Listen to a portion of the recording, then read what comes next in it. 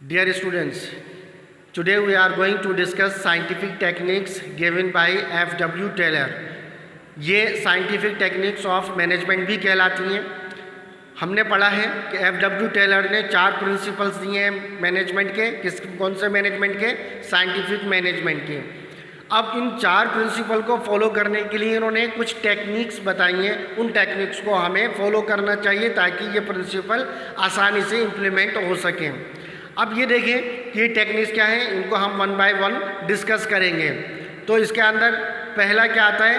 Functional foremanship. क्या आ जाएगा पहला? Functional foremanship. अब फंक्शनल फॉर्मेनशिप क्या होती है इसको समझिए। यानी हम जानते हैं कि जितना भी फंक्शन होता है ऑर्गेनाइजेशन का, उनको 2 जगह डिवाइड किया जा सकता है। एक होता है ऑपरेशनल लेवल और दूसरा होता है प्लानिंग लेवल। क्लियर? एक ऑपरेशनल लेवल और दूसरा प्लानिंग लेवल।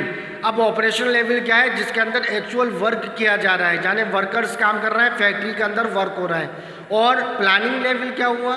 प्लानिंग के अंदर क्या चीज़ आती है? वहाँ पर आ जाएगा जहाँ पर आप सोच रहे हैं, जहाँ पर आप प्लान कर रहे हैं, जहाँ पर आप स्ट्रेटजीज बना रहे हैं, जहाँ पर आप इंस्ट्रक्शन कर रहे हैं। इसका मतलब सीधा ध्यान रखिए, जो क्लर्क हैं वो क्लरिकल वर्क कहाँ पर होता है? वो प्लानिंग डिपार्टमेंट में होता है। और जो एक्चुअल फिजिकल वर्क होता है वो कहाँ होता है? वो ऑपरेशनल लेवल पर होता है। इस तरह से 2 तरह के डिपार्टमेंट होते हैं, 2 तरह के पार्ट होते हैं ऑर्गेनाइजेशन के, एक ऑपरेशनल और दूसरा प्लानिंग वन। क्लियर? अब दूसरी देखिए, इसके अंदर हमारा आता है स्टैंडर्डाइजेशन एंड सिंप्लीफिकेशन, दूसरा प्रिंसिपल। अब स्टैंडर्डाइजेशन क्या होता है और सिंप्लीफिकेशन क्या होता है इसको समझें। स्टैंडर्डाइजेशन का मतलब होता है टू ब्रिंग यूनिफॉर्मिटी, किसी भी चीज़ को, किसी भी प्रोडक्ट के अंदर यूनिफॉर्मिटी लेकर आना।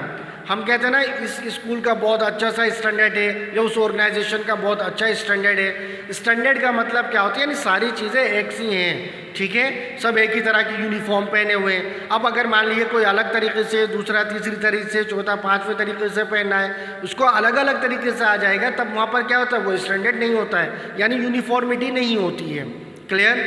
तो इस तरह से क्वालिटी एक तो आपने बहुत अच्छी बना दी, गुड्स या फिर प्रोडक्ट आपने बहुत अच्छा बनाया, और एक का क्या करा है? थोड़ा सा कम लेवल कर दिया, दूसरा उससे ज़्यादा ही बुरा हो रहा है। तो ये क्या हुआ? कोई स्टैंडर्ड नहीं हुआ।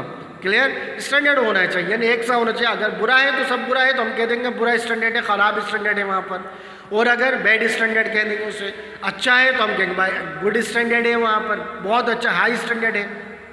तो इस तरह से स्टैंडर्डाइजेशन होता है। और सिंप्लीफिकेशन का मतलब क्या होता है? इसको अच्छे से समझिए। सिंप्लीफिकेशन का मतलब होता है कॉम्प्लेक्स नहीं करना, चीज़ों को आसान कीजिए।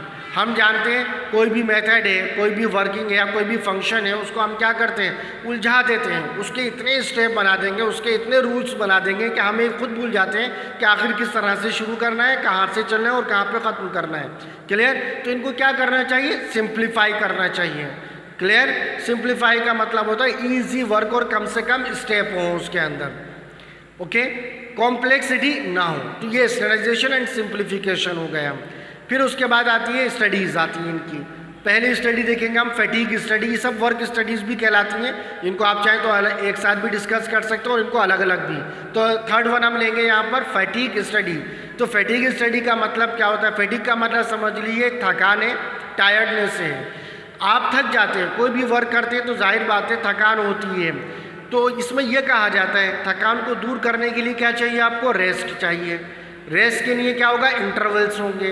तो इंटरवल्स का कितने इंटरवल्स चाहिए आपको, उनकी क्या ड्यूरेशन रहेगी और उनकी क्या फ्रीक्वेंसी रहेगी, यानी कितने रहेंगे और कितने टाइम के बाद आएंगे और कितने टाइम के लिए रहेंगे इंटरवल्स। तो वर्कर्स को क्या करना है? ब्रेक देना है, वर्क को भी ब्रेक देना है। मशीन आप लगातार नहीं चला सकते, मैन है या फिर मैन पावर है उसको भी आप डायरेक्टली यूज़ नहीं कर सकते हैं, कंटिन्यूस उसको यूज़ नहीं कर सकते। आपको क्या करना है? उसको ब्रेक देना है, उसको कुछ रेस्ट देना है। तो ये रेस्ट के नंबर जो होते हैं या इंटरवल्स के नंबर जो होते हैं, उसकी जो ड्यूरेशन है, उसकी जो फ्रीक्वेंसी है, ये डिसाइड करने के लिए हम फैटीग स्टडी करते हैं। यानी हम ये जानने की कोशिश करते हैं कि आखिर कितने रेस्ट की ज़रूरत पड़ेगी, कितने इंटरवल की ज़रूरत पड़ेगी। क्लियर हुई? ये कहाँ आता है? ये फैटीग स्टडी के अंदर आता है। नेक्स्ट देखिएगा, इसके बाद आ जाती है टाइम स्टडी। टाइम स्टडी का मतलब होता है हमें ये डिसाइड करना है कि आखिर कितना टाइम लगता है। ये भी देखना पड़ेगा कोई भी वर्क हो रहा है उसमें ज़्यादा टाइम लग रहा है या कम टाइम लग रहा है या ऑप्टिमम वर्क टाइम लग रहा है। अब अगर ऑप्टिमम है तो वेरी गुड, अगर ज़्यादा लग रहा है तो हम उसे कम करने की कोशिश करेंगे। ऐसा भी ना हो कि बहुत जल्दी कर जाए और उसकी क्वालिटी ख़त्म हो जाए, स्टैंडर्डाइजेशन वाला टेक्निक या उसका मेथड ख़त्म हो जाए। स्टैंडर्ड भी मेंटेन करना है, सिंपल भी करना है और टाइम के अंदर अंदर भी करना है। तो टाइम को स्टडी करना ये भी बहुत इंपॉर्टेंट चीज़ है, ये भी एक टेक्निक है। नेक्स्ट इसके बाद कहते हैं मोशन स्टडी। तो मोशन स्टडी के अंदर आप देख लीजिए क्या आ जाएगा, हम कहते हैं मूवमेंट। मोशन का मतलब हुआ मूवमेंट। अब मूवमेंट सारी चीज़ों का होता है, चाहे वो मशीन हो, चाहे वो टूल्स हो, चाहे वो मैन हो या वर्कर हो या एम्प्लॉयज़ हो, इनकी जो मूवमेंट हो उसको कम से कम करना है हमें। क्लियर? जितनी मूवमेंट कम होगी उतना टाइम बचेगा, उतनी एफर्ट्स बचेगी, उतने रिसोर्सेज बचेंगे। क्लियर हो गई बात? फिर उसके बाद आती है मेथड स्टडी। कौन सी आती है? Method study. इसके अंदर हम जानने देते हैं कि दो तरह के मेथड होते हैं, एक लेबर इंटेंसिव होता है और एक कैपिटल इंटेंसिव मेथड होता है। लेबर इंटेंसिव मेथड वो हुआ जिसके अंदर वर्कर ज़्यादा वर्क करते हैं, फिजिकल वर्क करते हैं, और दूसरा कैपिटल मेथड हुआ जिसके अंदर मशीनों का ज़्यादा इस्तेमाल किया जाए, टूल्स का ज़्यादा इस्तेमाल होता है। क्लियर? तो अब हमें ये देखना होगा, अगर ज़्यादा जल्दी चाहिए तो हम कैपिटल इंटेंसिव टेक्निक यूज़ करेंगे, हमें क्वालिटी चाहिए, टाइम की बाउंडेशन नहीं है, तो फिर हमें लेबर इंटेंसिव टेक्निक का इस्तेमाल करना चाहिए। तो ये चार तरह की हो गई, fatigue study, time study, method study and motion study. फिर इसके बाद आता है डिफरेंट पीस वेज सिस्टम। इसका मतलब क्या है? हमें ये देखना चाहिए यूनिट के हिसाब से भी पेमेंट करना चाहिए। क्लियर? ऐसा ना हो आपने कहा घंटों के हिसाब से भाई 8 बजे से 5 बजे तक का वर्क करो, जितना भी वर्क करोगे आपको पेमेंट इतना ही मिलना है। तो लोग क्या करेंगे? तो जाहिर बात है वर्क टाइम उसको वेस्ट करेंगे, टाइम पूरा करने की कोशिश करेंगे, यूनिट नहीं बनाएंगे।